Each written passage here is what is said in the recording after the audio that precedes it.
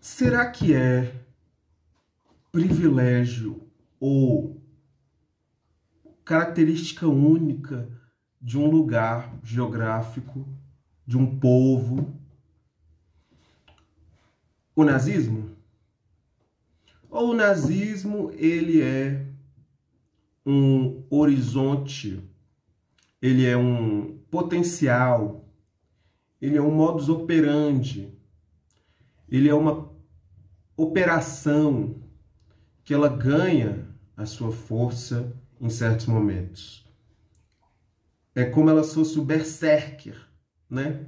O guerreiro nórdico que deslancha, que libera, que vai de vez, né? Que descarrega o que ele precisa. Será que o nazismo não tem a ver um pouco com uma história de dispêndio e de controle dos impulsos que a modernidade capitalista e a Europa pensou que poderia conter? A minha história hoje, ela envolve um pouco o século XVIII e o século XIX.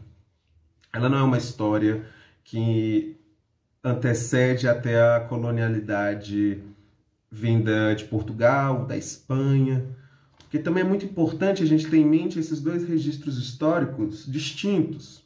É importante a gente ter em mente que o colonialismo português e espanhol, nessas primeiras fases do que as pessoas concebem como grandes navegações, foi uma história, compreende um recorte do que é essa colonialidade. E um outro recorte, e aí é o que as pessoas às vezes empregam mais como imperialismo, é essa história colonial dos séculos XVIII e XIX e a participação dos impérios europeus nesse outro intervalo. Essa é uma história que também envolve questões caras e valiosas aqui, ó, para o nosso livrinho que a gente sempre retorna, né? O Antiédipo do Deleuze e Guattari, porque esse é talvez um dos livros mais importantes para a gente ter em mãos para se compreender realmente o que é o nazismo, o que é capitalismo e como essas coisas elas estão intimamente associadas a uma característica que antecede o capital. Eu acho que talvez é nesse ponto que a heterodoxia deleuze-guattariana ou a heterodoxia de autores até contemporâneos, como o David Graeber ou o David Wengrow, né, tem e além da história do capitalismo, né, e além dessa história que às vezes popularmente, né, é reproduzida, que é de que as estruturas opressivas ou que as desigualdades ou que essa combinação estranha de separações e de diferenças que a gente tem como seres sociais, como seres humanos dentro de uma sociedade, como pessoas no geral, uma desigualdade de poderes que a gente vê muito forte, né? É fruto total do capitalismo, né? E isso é algo que eu acho que fica muito compartilhado facilmente pelas pessoas superficiais da esquerda enfim, acho que um paralelo em outro sentido são as pessoas reacionárias também, que acham que a gente está vivendo algo muito particular, né? A gente está vivendo uma degradação do mundo muito específica, mas a partir dessa leitura deleuze-guattariana e a partir, por exemplo, do David Wengrow e Graeber, a gente percebe que o capital ele é uma coisa extremamente inteligente no sentido do capitalismo com convergência, né? No sentido de que, essa é a frase, só a história universal da contingência. Quantos encontros foram necessários para a formação da coisa, o inominável? Então, é importante também a gente ter em mente sobre esse certo debate impulsionado pelo Deleuze-Guattari, pelos Deleuze-Guattari, né? Do capitalismo como uma coisa que soube acoplar várias outras estruturas que já existiam, né? Seja o Estado déspota, seja a colônia, né? Que é algo que agora eu vou me aprofundar mais. É algo que também está muito presente aí no primeiro texto da do nosso livro sagrado, né? Que é Kant Capital e a proibição do incesto, uma introdução polêmica à configuração da filosofia e da modernidade, né? E que é um texto que, novamente, eu indico para todos vocês que estão vendo esse vídeo. Eu não consigo, em um vídeo, aprofundar a discussão desse texto, mas é um texto que cita bastante nazismo, inclusive, cita racismo e cita essa estrutura moderna que, basicamente, herda a filosofia kantiana para configurar o mundo, né? Um mundo que parece que funciona por meio dessa constante atualização do que é esse resíduo, do que é, assim, isso aqui a gente precisa manter para se livrar ou para ser a matéria-prima da existência do mundo. Matéria-prima no sentido até às vezes literal, né? Então, é um texto muito bom, que eu novamente indico, e se quiserem entender mais dos debates que talvez eu toque, né? O capítulo 3 também do Antiédipo, Selvagens, Bárbaros e Civilizados, é uma outra indicação que eu faço para os senhores, né? E por que eu estou falando tudo isso? Porque a minha leitura ela é encharcada, né? A minha reflexão ela é muito influenciada por essas duas fontes, assim. O que me leva, enfim, a ver que talvez o que a gente está vendo hoje com Israel e Gaza, né, é uma história dessa continuidade, de uma certa partícula, né? Guattari aprofunda essa ideia da partícula Hitler. Mas eu nem diria que é uma partícula Hitler, eu diria que é uma partícula muito anterior a Hitler. É uma partícula que se tornou meio que um elemento formador do que a gente considera Europa e do que a gente considera, sei lá, Norte global, né? Que a gente considera esse seleto grupo de países e de pessoas que em um determinado momento foram predestinadas a serem as grandes lideranças mundiais, a ocupar o Conselho de Segurança do mundo, a ocupar uma certa influência tamanha que um levantar de mãos com o veto é capaz de continuar e ativamente continuar o genocídio e o massacre de uma população, né? Uma população. E as coisas estão tão sintonizadas, né? Que ontem, por exemplo, rodou muito nas redes um vídeo de um homem palestino fugindo, né? Nessa grande fuga que eles estão indo, falando se ele não era humano, se perguntando para a câmera, né? Enquanto chorava, se ele não era humano bastante para a métrica do que a gente concebe como humano. Então não é só filosofia, não é só uma abstração teórica, é algo que essas pessoas elas estão experimentando, né?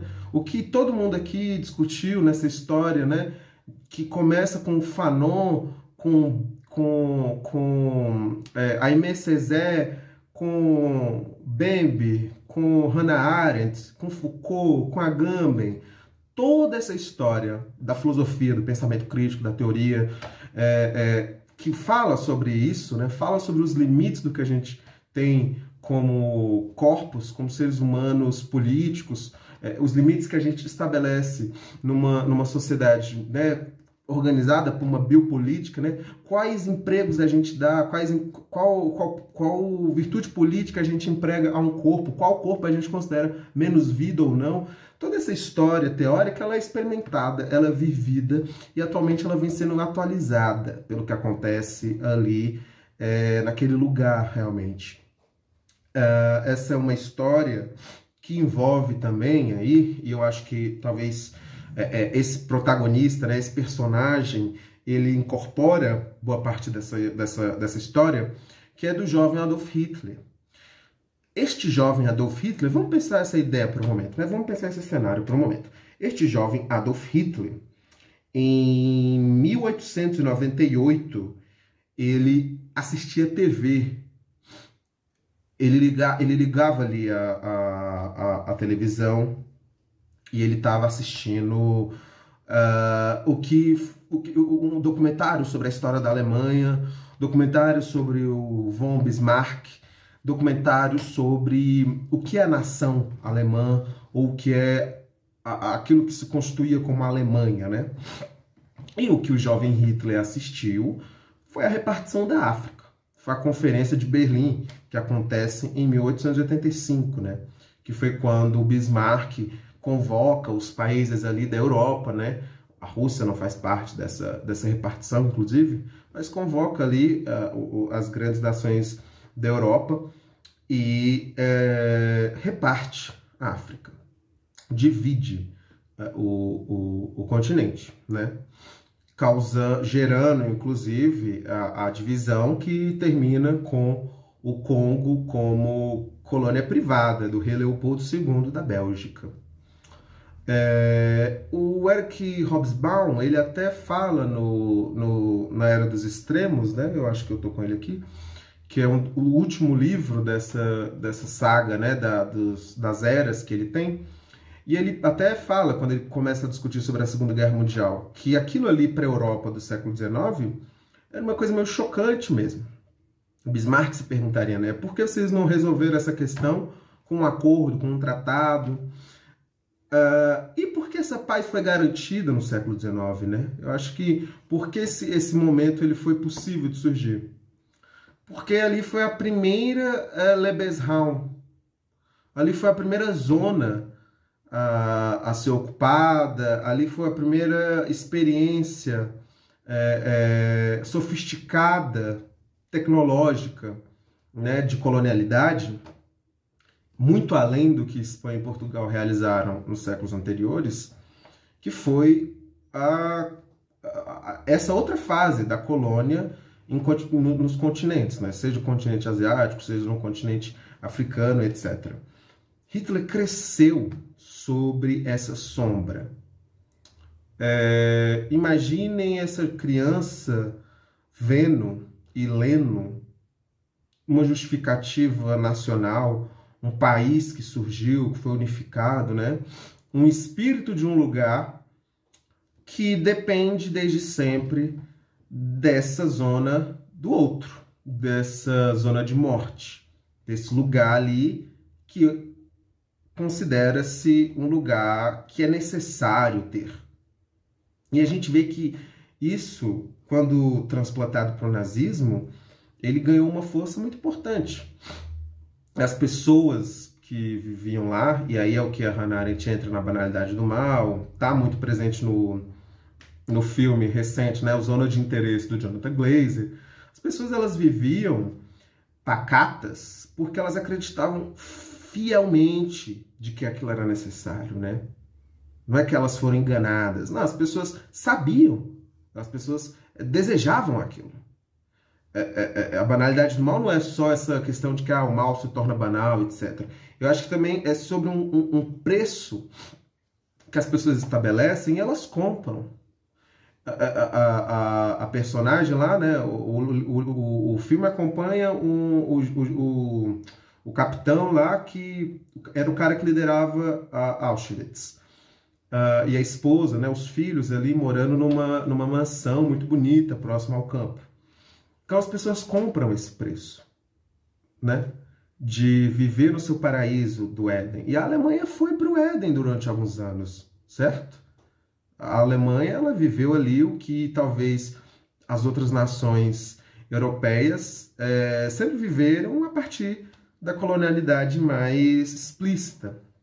E o nazismo, ele virou talvez essa grande praga e esse pecado ocidental porque ele foi além.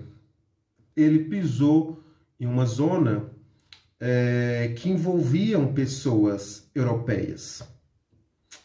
E eu não falo no sentido que os judeus eram lidos no mesmo lugar, não. A história que a gente tem do judaísmo na Europa são expurgos, são vários momentos, né, de também muita perseguição, o que ajuda a desembocar eles identificarem ali que eles são menos, né?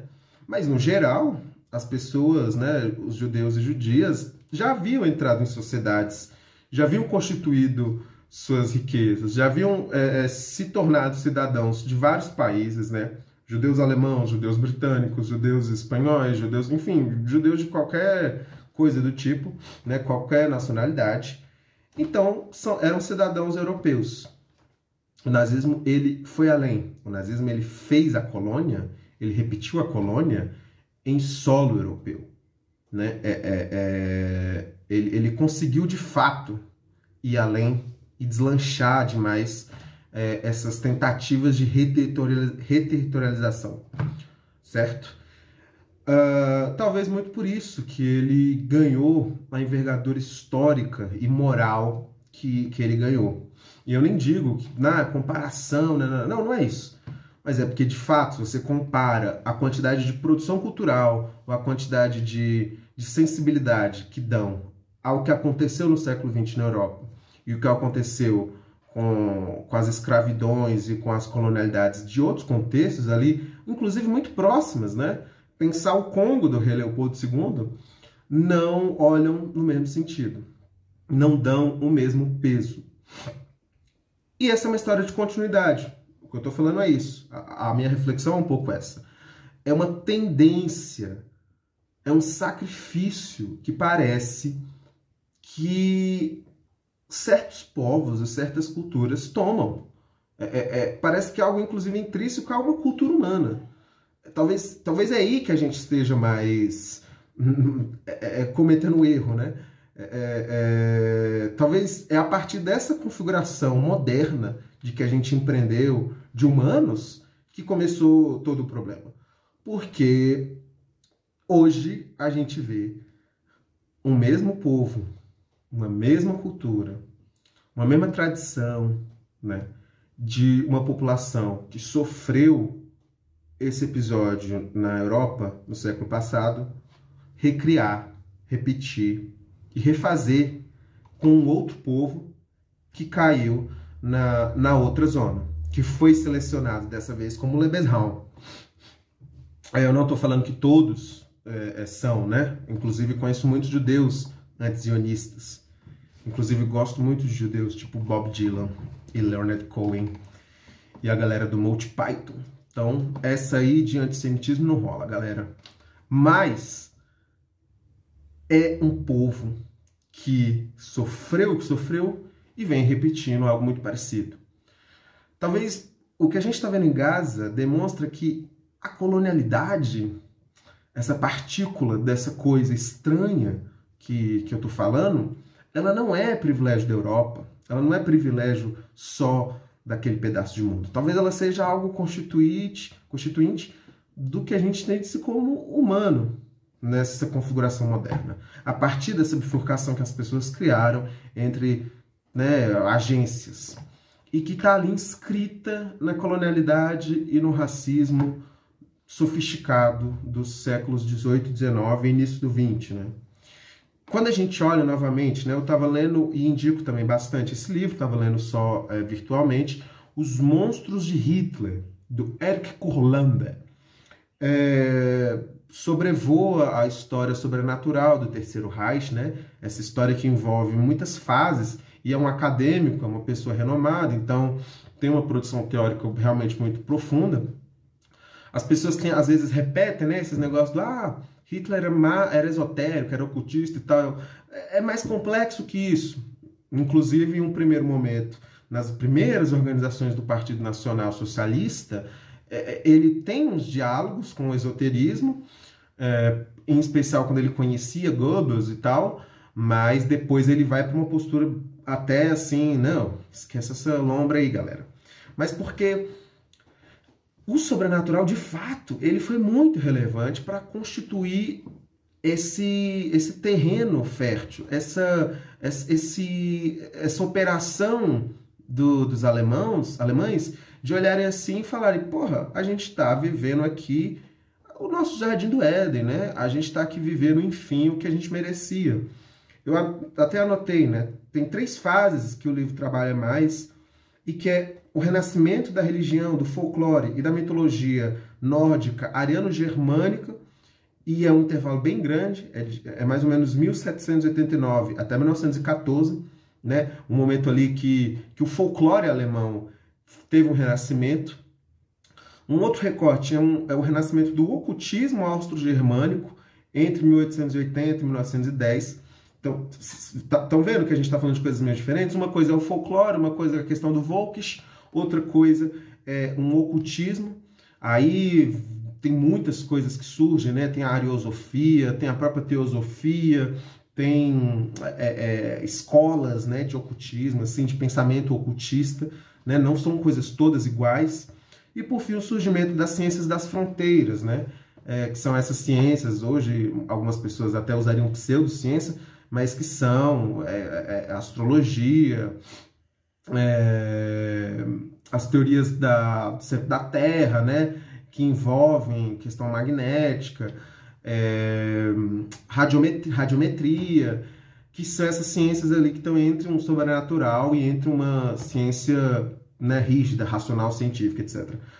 Tudo isso aí que o livro aprofunda, e eu indico vocês muito a lerem, né, um trabalho fenomenal, e saiu uma tradução recentemente aqui no Brasil em português, é o que ajudou o terreno fértil, o solo fértil, a Alemanha entrar 100% nessa ideia, né? Nessa ideia de que, não, os judeus, aquele povo ali, tá no seu destino histórico para a gente poder viver, né? Para a gente poder ter a nossa nação e etc.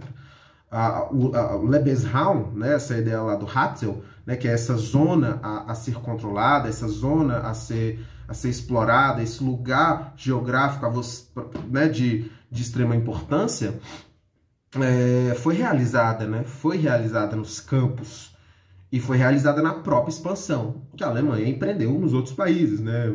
França, Polônia, etc. A gente vê isso agora, né? Eu acho que Gaza é uma câmara de gás sofisticada, né? A Alemanha nazista, ela usou câmara de gás porque era o que a tecnologia ali da época permitia. Hoje a gente está em outro lugar. Hoje a gente está em um lugar com drones, com assinatura de calor, com mísseis que, num apertar de botão, chega e explode um apartamento de um prédio. Tecnologia que permite a destruição de prédios. E pior, a gente está com uma tecnologia, que é a informação, que ela é talvez a mais perigosa de todas. Ela é a que faz com que consórcios de mídia e de empresa de jornalismo não usem o termo genocídio, usem conflito, chamem um ex-soldado de Israel para falar sobre. Então, é muito difícil você não ver semelhanças históricas, é muito difícil você não ver isso como uma mesma operação que o nazismo foi no solo europeu, mas com outro povo fazendo, com outro agente fazendo uso dessa mesma operação. Então, eu vou também deixar um texto aí, onde eu aprofundo mais sobre esses pontos, né? Eu lembro muito dessa frase do Joseph Conrad, no Coração das Trevas, exterminate all the brutes, né? E a história de Coração das Trevas, do Joseph Conrad, é uma história que sintetiza muito bem essa nossa reflexão. É uma história onde comerciantes simples, né, homens comuns da Europa, da Inglaterra,